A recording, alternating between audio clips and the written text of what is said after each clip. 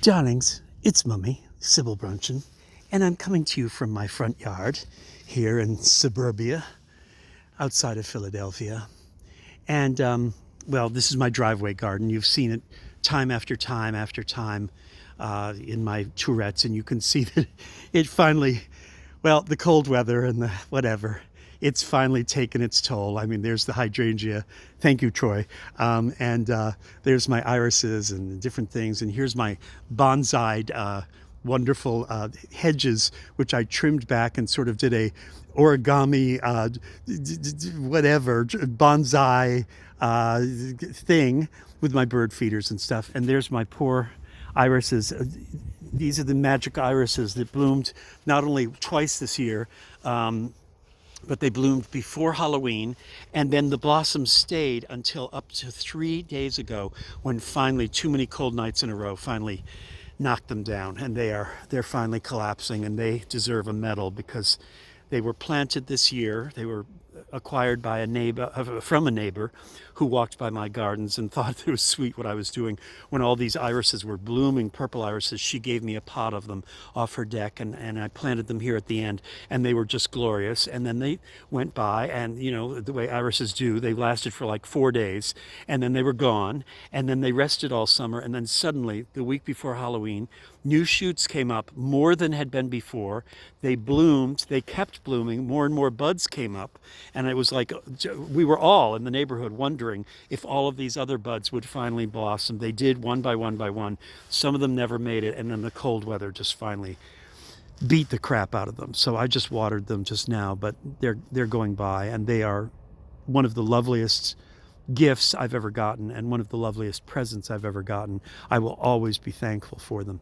Speaking of thankful, I wanted to just speak to you very briefly. It's Wednesday evening before Thanksgiving, and I'm so thankful that I had a garden here, even though it's a strip only about like 8 feet wide at its widest and about 20 feet long.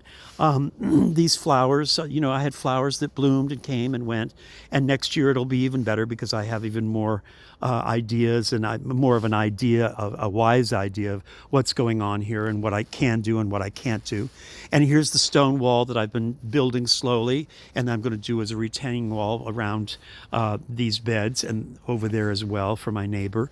You know, and there's my Japanese painted fern, which is thoroughly asleep now, and my wonderful little lily of the valley, which are thoroughly asleep now.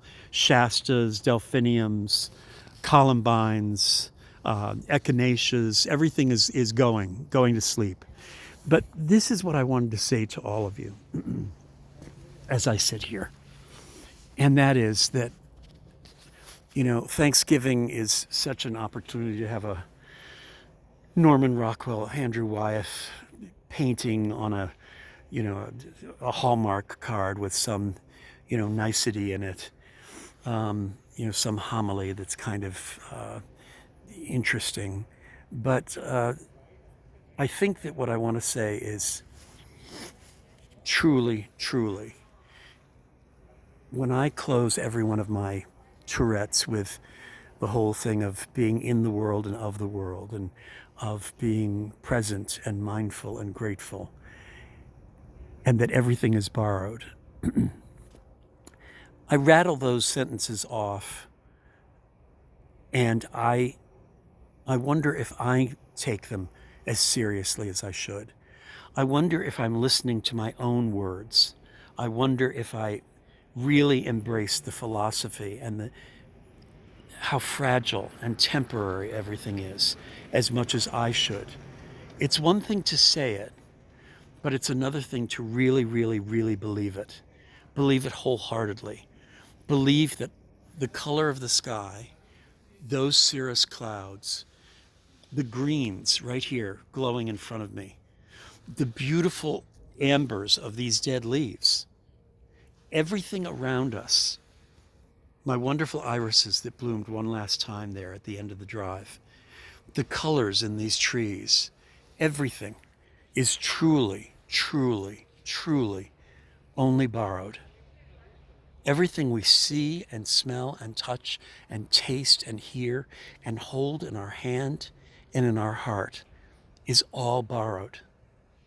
So, On that note, I would like to thank each and every one of you who have brought me so much joy this year. So many of you have made me chuckle and laugh and think. Some of you have made me cry. I want to thank each and every one of you this Wednesday evening before Thanksgiving. So many of you have already started, getting your oven ready, and your turkey is going in for 12 hours, and all of the things that people are doing in preparation for Thanksgiving. I know that many of you are visiting with family or friends. I know that some of us are going to spend Thanksgiving with people that we don't get to see very often. Whatever the circumstances are that you're spending Thanksgiving, and even if you're spending Thanksgiving alone, I wish you all peace, contentment, deep, deep joy. I wish you all to find things that are beautiful and nurturing and loving, and to surround yourself with those things as much as you can. And remember that the wealthiest people in the world do not necessarily have a corner on joy or love.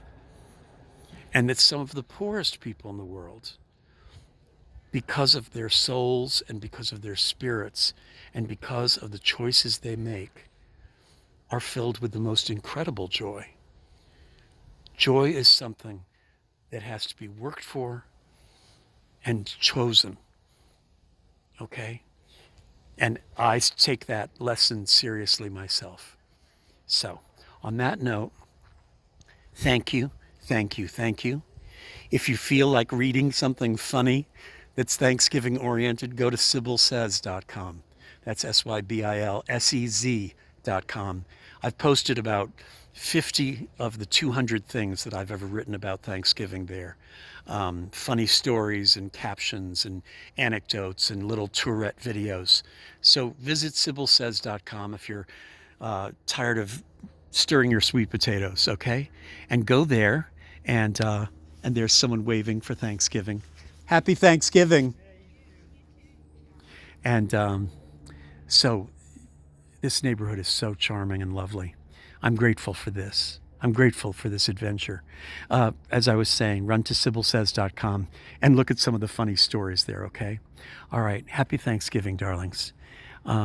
Take care, and be safe, and eat too much, okay? Put the scale away under the sink, under the bathroom sink. Just hide it away. Put it in the back of the shoe closet, and you weigh yourself next Sunday or Monday, all right? That's what I'm going to do. All right. I love you all. Love to all of you. Be well.